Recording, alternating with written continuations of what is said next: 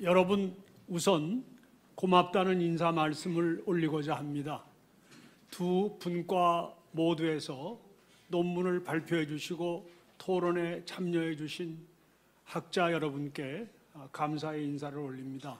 또 바쁘신 일들이 많으실 터인데도 코로나 사태 때문에 이 출입이 제한을 받기도 하는데 여기까지 와주셔서 경청해 주시고 문제도 제기해 주신 참석자 여러분 모두에게 감사하다는 인사를 드립니다. 더구나 이삼열 교수께서 이 자리에 참석해 주시고 또 귀한 회고를 들려주셨습니다. 그 점에 대해서도 깊은 감사의 인사를 드립니다. 또 제가 늘 얘기합니다만 이삼열 교수님은 사모님하고 항상 어디를 같이 다니세요. 참 이거 보통 부러운 일이 아니고 또 저도 이제 나이를 많이 먹고 보니까 노년을 부부가 어떻게 보내야 되는가에 대한 하나의 귀중한 모델도 제시해 주셨습니다. 어느 부인의 글을 읽은 적이 있어요. 우리나라의 그도 유명한 문인이었습니다. 그 부인이 그도 집에 있기 못해서 점심이라도 남편하고 같이 먹어야 되겠다 해서 남편 직장으로 갔대요. 그때 남편이 제가 누군지는 밝히지 않겠습니다. 개인의 문제이기 때문에 그분이 어디에 편집국장이었답니다. 가니까 그 남편이 그러더니 부인 왜 왔냐 하면서 나 여기 저 동료들하고 점심 먹으러 가야 돼 하고 그냥 동료들하고만 가더라는 거예요.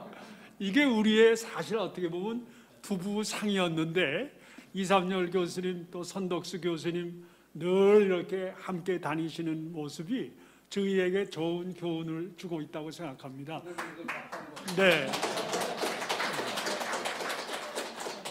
여러분 나이 금방 먹습니다. 아니 저도 이제 한 2, 3년 지나면 80이에요. 그러다 보니까 나이 먹으면 몸이 이렇게 되나, 나이 먹으면 생활이 이렇게 되나에 대하여 많은 걸 생각하게 됩니다. 그래서 저는 여러분에게 노후를 그런 점에서 대비하라. 경제적인 대비도 중요하지만 자, 이렇게 덧붙이도록 하겠습니다. 그러면 주제에 들어와서 말씀을 드리겠습니다. 여러분 정치학의 한 분야로 미국에서는 정치 전기학이라는 말을 씁니다. Political Biography. 근데 이것을 우리식으로 풀어본다면 전기학적 정치학입니다. 어느 인물의 전기를 쓰기 위하여 연구하고 그것을 바탕으로 당시의 여러 가지 그 정치 상황을 설명해 주는 분야가 바로 정치 전기학 또는 전기학적 정치학의 분야입니다. 제가 전공하는 분야가 역시 그 분야여서 이렇게 서두를 꺼내봅니다. 우리는 해위 윤보선이라는 인물에 대하여 전기학적으로 연구하면서 참으로 많은 사실들을 알아내게 되고 새로운 해석을 도출하게 되었습니다. 이분의 생애가 우선 일제강점기, 그래서 항일 독립운동, 그 다음 해방 3년기, 여기에서는 건국운동, 그 다음에는 민주화운동, 이렇게 정말 100년의 세월에 걸친 삶을 사셨고 거기서 모두 적극적인 일정한 역할을 수행하셨기 때문에 우리에게 많은 연구의 자극을 줄 수 있는 분입니다. 그러한 점에서 저는 우리 윤보선 민주주의 연구원이 1년에 2번 꼭 이렇게 학술대회를 갖고 그래서 우리가 미처 다루지 못했던 여러 분야를 하나하나 손대해 가면서 밝혀내고 있는 것에 대하여 큰 보람을 느낍니다. 특히 오늘의 발표는 정말 재야 문제, 여러 가지 우리가 관심을 그저 총론적으로만 가지고 있던 시기에 대하여 강론적으로 상세히 들어감으로써 윤보선 대통령이라는 한 개인에 대해서 새로운 해석뿐 아니라 그 시대에 대하여 훨씬 더 넓은 조망을 갖게 되었습니다. 저는 이런 점에서 오늘 오후에 이 학술대회의 의미를 평가하고 또 여러분께서도 좋은 말씀을 해주셨다고 말씀 올리고자 합니다. 이제 아까 제2분과에서 사회자이신 김용호 교수께서 제야를 영어로 어떻게 번역해야 되느냐, 사실 제가 던지고 싶은 질문이었습니다. 이게 그래서 저도 그 제야에 관한 여러 논문들이나 책을 읽으면서 제야를 어떻게 번역했는가 영어로, 또 한국에서의 제야 운동에 대하여 영어로 책들이 나온 것들이 있습니다. 근데 거기 다 공통적으로 나오는 것이 이 제야는 한국 정치에 있어서 very unique 이렇게 말했어요. 그리고 almost impossible to translate to Western languages. 예. 그러니까 이렇게 해야만 그 다음 자기 번역에 대하여 좀 빠져나갈 길이 있는 것 아니겠습니까? 예. 근데 그래도 비슷하게 쓰고 있는 것이 하나 있는데 영어로 우리한테는 실감이 안 나요. 비교적 많이 쓰는 것이 엑스트라 그리고 하이픈 긋고 parliamentary politics예요. 예. 근데 그게 우리한테 금방 안 오지 않습니까? 아마 의회 민주주의가 발달한 영국이나 이런 나라에서는 모든 정치는 의회를 통해서 해야 되는데, 또 의회라고 하면 당연히 정당을 통해서 해야 되는 건데 그 밖에서 한다고 하니까 이거 뭐 이렇게 느낌은 가겠지만 우리가 말하는 제야는 아니란 말이에요. 우리가 말하는 제야라면 예컨대 고려시대에는 무슨 야은 길제라든가 말이죠. 또 조선 왕조 때 와서는 살인파, 관직은 갖지 않은 채 발언하는 것. 그래서 누굽니까? 성호 이익, 이분이 아주 대표적인 제야 인사였지 않습니까? 나는 우리나라 역사의 전통에 그게 길이 내려온다고 봐요. 그래서 이 관직 갖는 것을 조심스러워하는, 저는 이건 좋은 전통이라고 봅니다. 이제 제가 살면서 여러 직장을 경험할 때 가끔 좀 친해진 사람들은 그래요. 근데 저 교수님은 왜 고시를 안 하셨습니까? 고시를 하셨으면 어떻게 길이 달라지셨을 텐데요. 그래서 그냥 제가 내가 실력이 안 돼서 이렇게 웃고 맙니다만, 사실 내심으로는 관직을 갖는 게 뭔가 꺼려지는, 이게 꼭 기회주의적인 태도가 아닙니다. 나는 우리 역사의 한 전통인 것 같아요. 관직을 갖는 걸 꺼려하고, 그리고 밖에서 말로 떠드는 것. 그래서 우리나라에서는 언론이 얼마나 발달되어 있습니까? 언론이. 그래서 저는 제야는 역사적으로 뿌리가 아주 깊다. 그건 정말 한국 역사를 이해하지 않고는 우리나라에서의 제야를 이해하기가 어렵다라는 그 생각을 가지고 있습니다.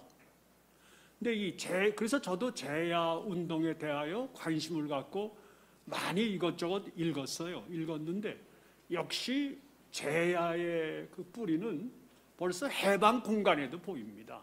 그리고 물론 자유당 정권에서도 보이고, 근데 역시 제야라는 말이 훨씬 의미를 갖게 되는 것은 역시 그 삼선 개헌 이후, 특히 유신 체제 등장 이후에 그 제야의 활동이 두드러지면서 여기에 대한 학문적인 관심도 깊어졌다, 이렇게 생각합니다. 그러나 역시 제야에 대한 연구는 우리가 앞으로 계속해야 할 중요한 연구 테마다, 이렇게 말씀드리고 싶고, 오늘의 이 발표와 토론에서 이 문제가 이제 타치되기 시작하였다, 이렇게 해서 앞으로 이 분야, 이 주제에 대한 연구가 더 활성화되기를 바랍니다. 그런데 오늘날 우리나라 정치에서도 저는 그걸 느낍니다만, 역시 우리 그 해방 이후에만 국한시켜 본다면 이 재야 운동 또는 반대 운동 여기서 중요했던 건 제가 잘못 보는지도 모르겠습니다. 공산주의를 어떻게 보느냐가 난 중요한 그 하나의 구분점이라고 봅니다. 그러니까 현존 체제를 비판하고 현존 체제에 동조하기를 주저하면서도 야 그렇다고 말이야 이거 현존 체제를 너무 비판하고 몰아치우다가는 이거 공산당한테 먹히는 것 아니냐. 그러니까 공산당을 최악으로 보는 겁니다. 특히 더 구체적으로는 북한의 통치, 이걸 특히 6.25를 겪으면서 북한의 통치가 얼마나 비인간적이고 비인도적이고 잔악했느냐를 알았던 사람들은 아니 어떤 다른 것보다도 이 북한식 공산 통치는 안 되겠다. 제가 그런 책도 봤어요. 어느 목사님이 쓰신 겁니다. 자기는 그 6.25를 겪고 나서는 그 10계명의 한 부분은 고쳐도 좋다고 생각했다. 뭐냐 왜 살인하지 말라 이거 있지 않습니까? 그건 고쳐도 좋다고 생각했다. 이 공산당이 이럴 수가 있느냐? 이렇게 울부짖는 글도 제가 읽었습니다. 제가 거기에 그 말이 꼭 옳다는 게 아닙니다. 말하자면은 북한 공산 통치를 어떻게 보느냐? 그래서 현존 체제가 북한 공산당에게 우리가 먹힐 수 있는 걸 막는다면 나는 아주 정말 릴락탄트하게라도 여기를 지지할 수밖에 없다라는 게 좀 깔려 있는 것도 있어요. 그리고 또 이제 재야 운동권이 우리나라 민주화에 끼친 그 기여는 엄청나다고 저는 봅니다. 그분들이 얼마나 또 많은 고초를 겪으셨습니까? 그 고초를 생각하면은 우리는 모두 그분들에게 빚을 지고 있다. 이렇게 저도 그러한 평가에 동조하고 있습니다. 그런데 이제 아까 그래서 얼핏 나왔잖아요. 김정래 선생님 말씀. 난 그게 대단히 중요한 포인트라고 봅니다. 예. 근데 재야는 재야고 민주화 운동은 민주화 운동인데 가만히 보니까 이 사람들이 북한에 동조하고 있어. 이것이 자기의 그 정부 비판 운동을 주적해하는 저는 대표적인 분이 김동길 선생이라고 봐요. 예. 그분 그 유튜브를 통해서도 말씀하십니다요. 자기도 정말 유신 체제에 반대해서 감옥에까지 갔었는데 감옥에서 여러 사람들 대하면서 이거 이런 게 있구나 하는 거에 두려움을 가졌다. 뭐 이렇게 제가 말씀드린다 그래서 그때 재야 운동 또 반유신 운동을 그 전개했던 분들의 민주화에 대한 기여를 조금이라도 훼손하는 건 아닙니다.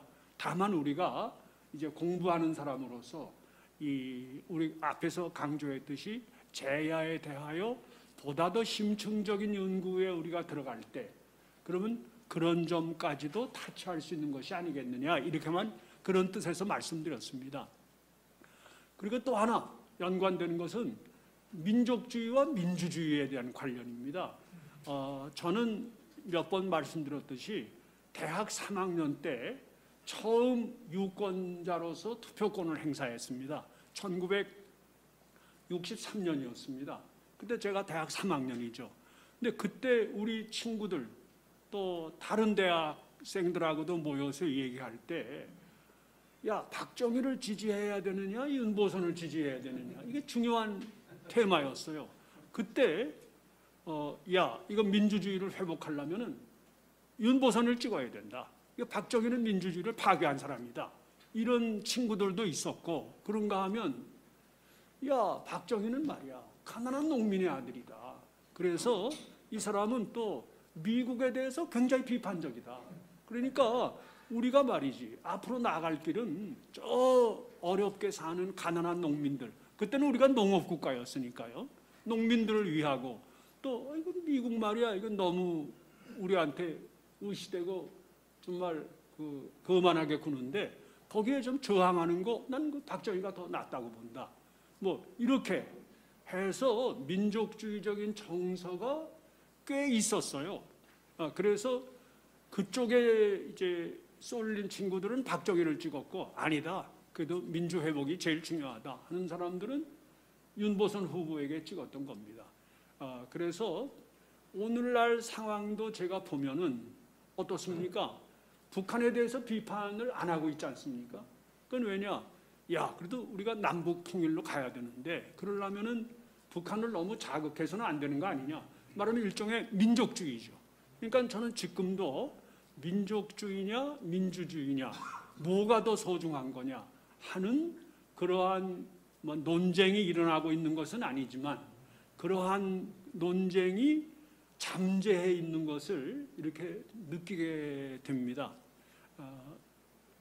다시 한번 지금까지 말씀드린 것은 어디까지나 제 개인적인 의견이지 우리 연구원의 입장은 아닙니다. 그래서 제 발표에 비판을 하시고 싶은 분들은 저 개인을 비판하시지 우리 연구원을 비판 말아주시기 바랍니다. 다시 말씀드립니다만 이제 우리 연구원은 그 사이 그 많은 스펙트럼을 다 허용하는 가운데 연구의 그 범위도 넓히고 또 다양한 관점이 다 나올 수 있도록 이렇게 거들고 있음을 거듭 강조해 말씀드립니다. 오늘 다시 한번 좋은 주제에 발표해 주신 교수님들 또 토론에 참석해 주신 교수님들 모두에게 깊이 감사드리면서 저의 퇴회사를 마치도록 하겠습니다. 감사합니다.